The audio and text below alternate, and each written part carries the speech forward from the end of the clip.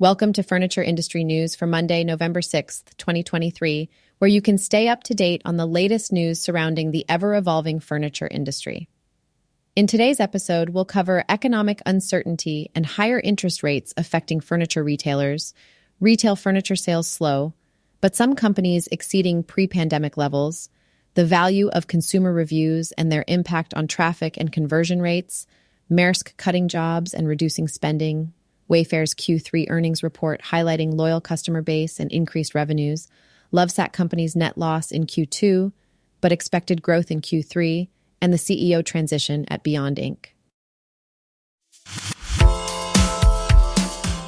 According to a recent survey conducted by TD Bank during High Point Market in October, economic instability and higher interest rates are the primary concerns for furniture retailers as they prepare for 2024. Approximately 64% of the nearly 200 retailers surveyed expressed worries about economic uncertainty, while one-third of them also cited interest rates as a significant issue. Additionally, around one-fourth of the retailers mentioned price increases from suppliers and inflation-driven price increases as challenges their businesses might face in the upcoming year. The survey also showed that retailers had differing opinions on how higher interest rates affect customer financing. Around 28% of respondents believe that higher rates have resulted in reduced sales and decreased consumer interest in financing purchases. On the other hand, about 13% reported normal sales without much financing, 14% saw interest rates negatively impacting sales but fueling more financing, and 12% believed financing interest was increasing while sales remained steady. Regarding financing options, over half of the retailers currently do not offer financing and do not plan to add it in the future. Conversely, around 20% already provide payment options, while less than 3% have received customer requests for financing or installment payment options. However, 11% of retailers are considering offering financing options. Looking ahead to next year, 35% of retailers express optimism, believing that home furnishings purchases will increase, while 19% anticipate falling sales. Uncertainty surrounding current circumstances makes predicting 2024 purchasing trends challenging for 18% of respondents, while the remainder expect sales to remain steady with 2023. In terms of holiday sales, 14% of retailers expect a significant increase in sales, largely based on historical sales trends rather than increased demand. Another 47% anticipate a moderate increase, again in line with previous holiday sales, while 23% expect sales to decline due to higher prices and interest rates. To adapt their businesses in the coming year, half of the retailers plan to expand their product offerings, while 11% intend to cut back on new products. Additionally, approximately 19% are considering store redesigns, 16% intend to hire more staff, and 13% are contemplating vendor changes. Aggressive product introductions and store openings present an opportunity for companies to gain market share, despite the current slowdown in the industry. While retail traffic and sales have been sluggish since the start of the year, it is important to consider the exceptional demand experienced during the pandemic. By comparing business with pre-pandemic levels, some companies are performing better than expected. For instance, La-Z-Boy's latest results for the recently ended fiscal first quarter show that while sales were down 20% from the first quarter of 2022, they exceeded the pre-pandemic level by almost 17%. Haverty's Furniture also reported net sales that were lower than the previous year, but higher than the same third quarter of 2019. Our House, which went public in 2021, saw a significant increase in total revenues for the third quarter compared to the previous year. Furthermore, according to the U.S. Department of Commerce, furniture and home furnishing store sales for each month in 2022 have surpassed not only the numbers from 2019, but also those from previous years. This data helps provide perspective on the current situation, despite some major company closings. To position themselves for future success, companies in the industry have initiated various growth initiatives. These include the formation of new divisions, showroom openings, expanded product lines, and investments in retail footprints. These strategic moves aim to capture market share and sustain growth in the post-recession period. According to a recent survey conducted by Stackline, consumers tend to rely heavily on reviews when making purchasing decisions, yet they rarely leave reviews themselves. On average, consumers only review 0.2% of the products they buy from major online retailers like Amazon, Walmart, and Target. This finding highlights the conundrum faced by brands. While good reviews are highly influential in driving sales, they are also difficult to come by. Stackline's research reveals the significant impact that positive reviews can have on a brand's bottom line. The monetary value of a 5-star review varies from $67 to over $400, depending on the product category. For example, in the baby items category, each 5-star review is valued at an impressive $472. The electronics sector is another area where top reviews correspond to higher sales, with each 5-star review estimated at $441. To further demonstrate the importance of reviews, Stackline found that adding 25-star reviews to a product page can increase traffic by 8% and conversion rates by 22%. These statistics highlight why 87% of surveyed brand leaders expressed the need to obtain more reviews, with 81% specifically desiring better ratings. Despite the value attributed to reviews, obtaining top marks can be challenging. The study shows that, on average, online brands receive a rating of 3.93. Only the apparel category manages to achieve a 4-star rating on average, while all other product categories fall below this mark. The home and furniture category, for example, has an average star ranking of 3.85. In summary, the survey conducted by Stackline underscores the importance of customer reviews in influencing purchasing decisions. Brands recognize the impact reviews can have on their sales and are actively seeking ways to improve their ratings. The world's second-largest ocean carrier, Maersk, has announced plans to cut approximately 10,000 jobs due to worsening market conditions. The company, which handles about a sixth of global container trade, has recorded a significant decline in profit and revenue during the third quarter.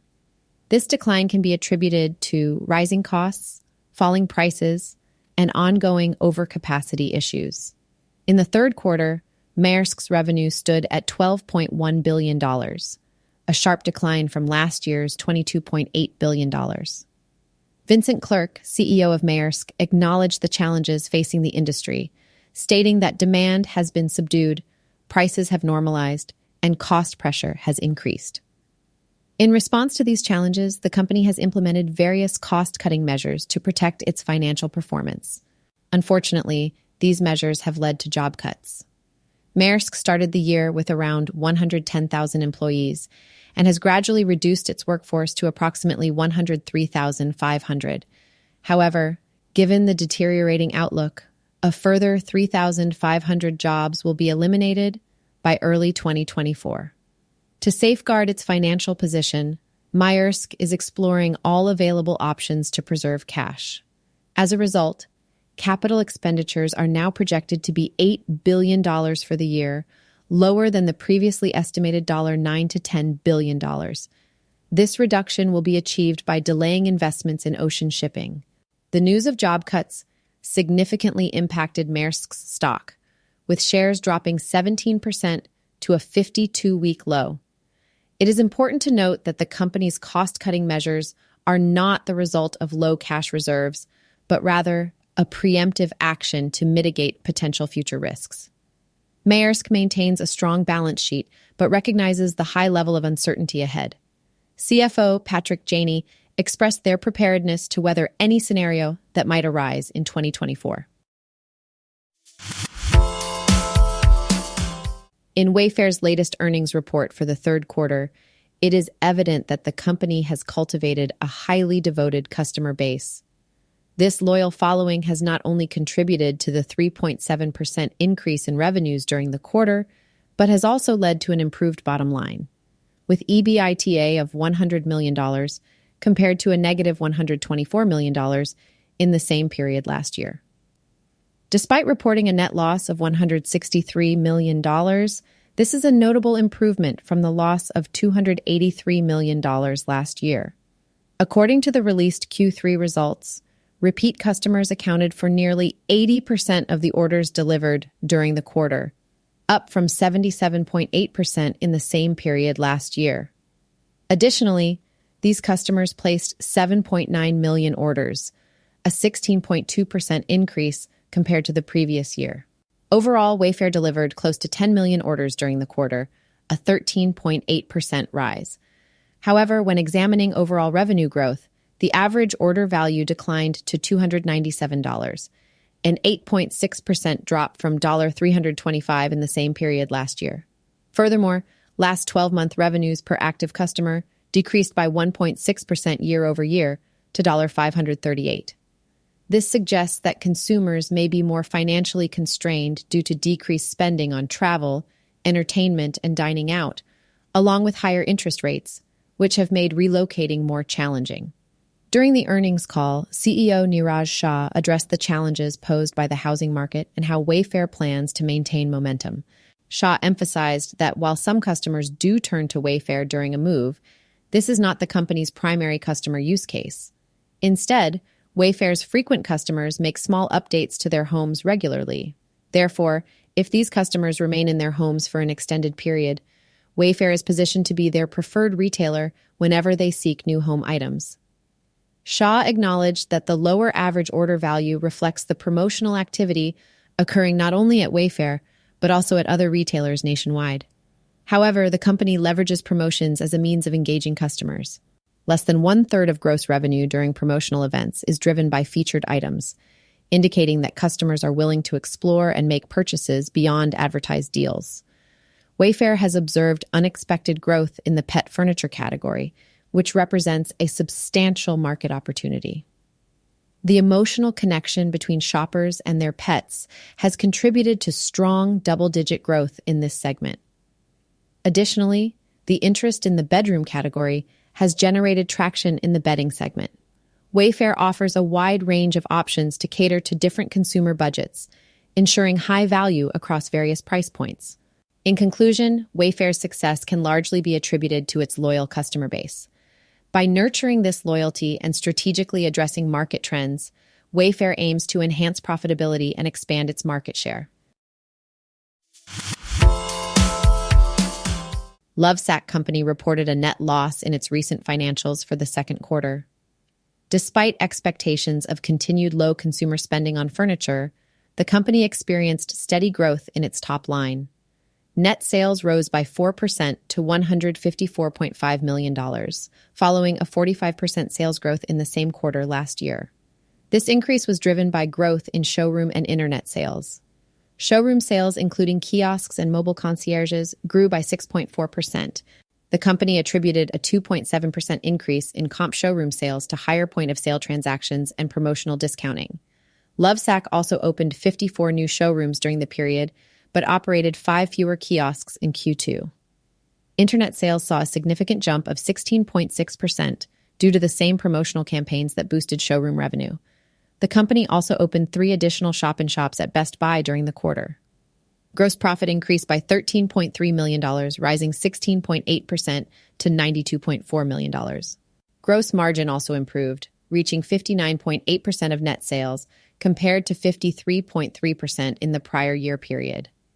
This was partially due to a reduction in distribution and related tariff expenses, but promotional discounting did affect product margin. Despite these positive developments, Lovesac reported a net loss of $635,000, or 4 cents per share, compared to net income of $5.8 million, or 37 cents per share, in the same quarter last year. The company experienced a decrease in income tax benefit and recorded a net loss before taxes of $642 million. CEO Shawn Nelson emphasized the brand's resilience and disruptive business model that has consistently outperformed its category and garnered customer loyalty. Preliminary results for the third quarter expect sales to reach $150 million to $152 million, reflecting an increase of 11% to 13% compared to the same period last year. Nelson expressed a cautious outlook on consumer spending and highlighted the company's focus on expense control while investing in new products to drive demand and expand market leadership. On the same day that Overstock.com officially changed its corporate identity to Beyond Inc., The company made an announcement regarding its CEO. Jonathan Johnson has stepped down as CEO and a member of the board of directors, effective immediately. This decision was mutually agreed upon by the board and Mr. Johnson in order to facilitate a transition of leadership. As the company searches for a successor, David Nielsen, the current president, will be taking on the role of interim CEO. Additionally, CFO Adrienne Lee will take on additional responsibilities, overseeing legal and human resources functions, in addition to the finance organization.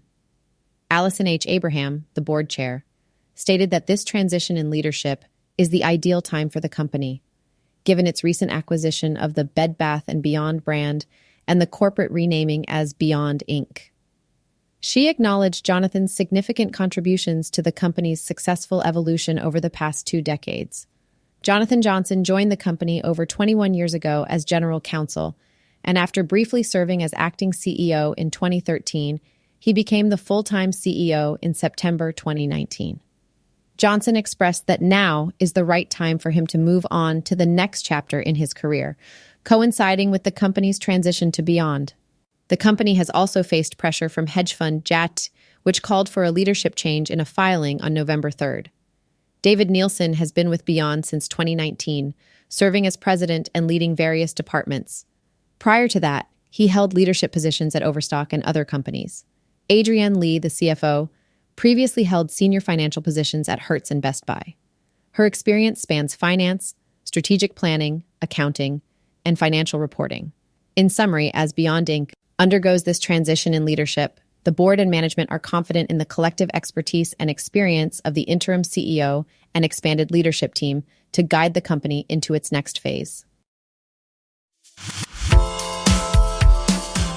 Stay tuned to furniture industry news from Furniture Podcast. Come to stay informed on the latest updates in the furniture industry and make sure to subscribe for future episodes.